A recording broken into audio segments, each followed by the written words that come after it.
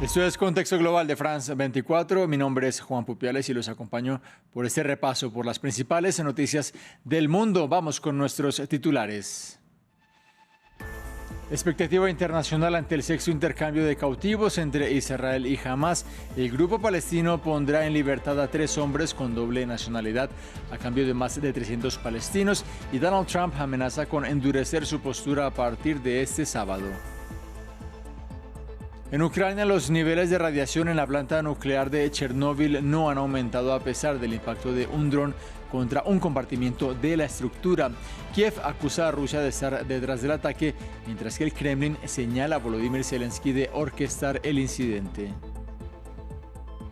Un nuevo crimen golpea a Ecuador. Un coronel de la Fuerza Aérea fue asesinado a tiros en Guayaquil. El oficial estaba encargado de operativos contra el narcotráfico. El país está en estado de guerra, asegura el gobierno. Ampliamos con nuestra corresponsal.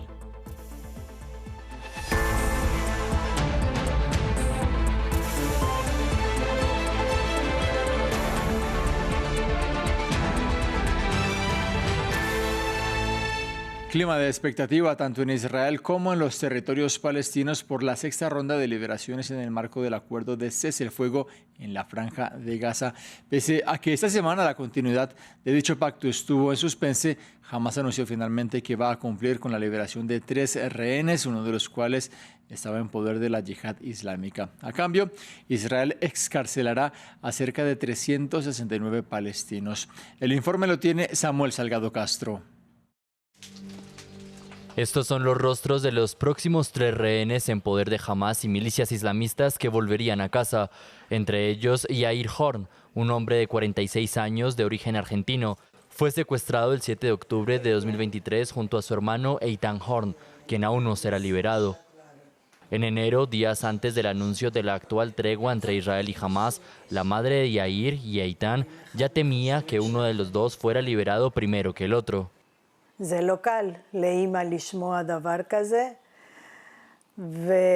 Para una madre no es fácil escuchar esto.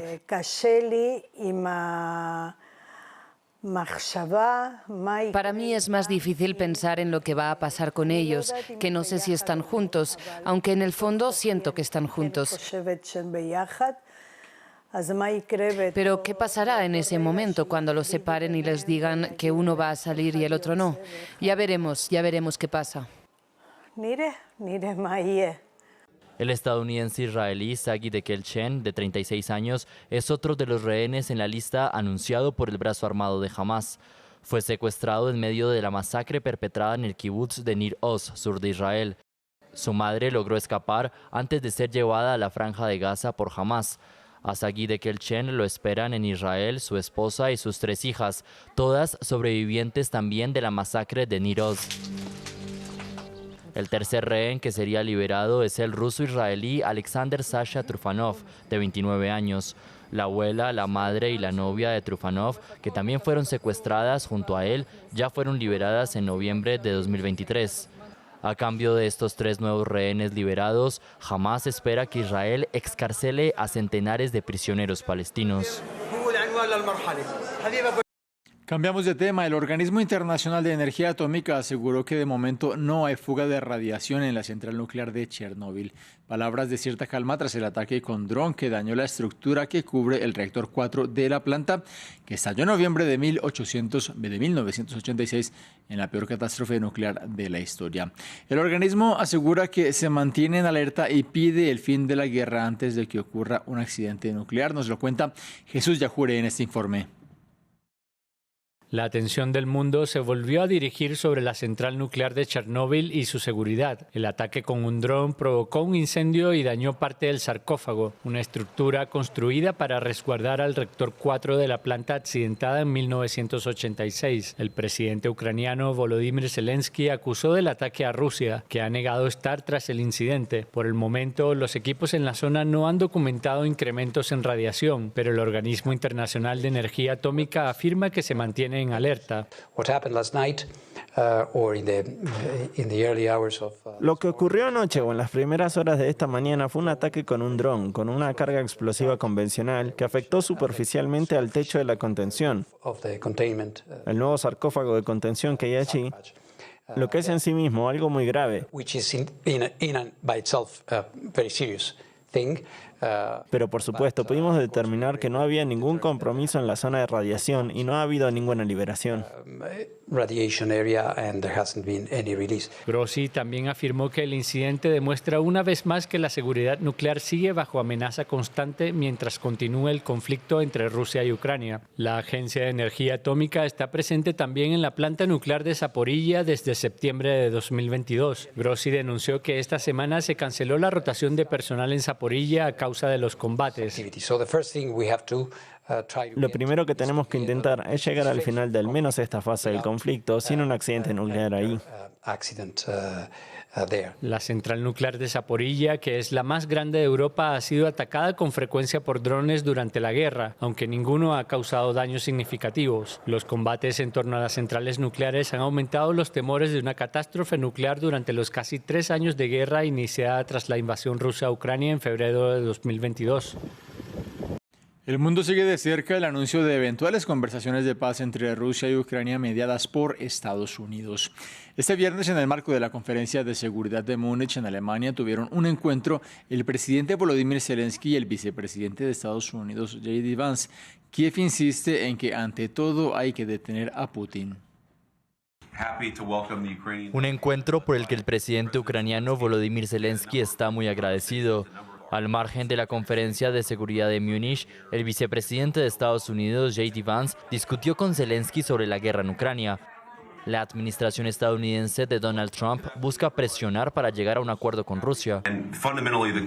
Básicamente el objetivo es, como lo describió el presidente Trump, que la guerra llegue a su fin. Queremos que cesen las matanzas, pero queremos lograr una paz duradera, no el tipo de paz que tendrá Europa del Este en conflicto dentro de un par de años. Zelensky aceptó encaminarse hacia la paz, pero pidió garantías de seguridad en presencia del representante especial de Donald Trump para Ucrania, Keith Kellogg. Realmente queremos mucho la paz, pero necesitamos garantías reales de seguridad. Continuaremos con nuestras reuniones y nuestro trabajo y estaremos muy contentos de ver al general Kellogg también en Ucrania en estos momentos cruciales. Gracias vicepresidente por esta reunión. Gracias colegas, muchísimas gracias. El presidente ucraniano dijo estar dispuesto a reunirse con el presidente ruso Vladimir Putin, pero solo después de que tenga un plan común con Trump y Europa. Zelensky habló con Trump por teléfono esta semana después de la llamada entre el presidente estadounidense y su homólogo ruso. En más noticias, Alemania acudirá en 9 días a las urnas en unas elecciones generales anticipadas. Los conservadores de la CDU encabezan las encuestas seguidos por la extrema derecha de Alternativa por Alemania. Entra en la recta final una campaña marcada por los temas de seguridad, migración y economía. Sin embargo, este viernes miles de personas salieron a las calles de Berlín para pedir que en la agenda de la discusión política se incluyan preocupaciones como la crisis climática. En Berlín, ciudadanos en las calles piden un cambio de mirada. Miles de personas se manifestaron este viernes para expresar su inconformidad con la agenda de temas que ha rodeado la campaña política en Alemania.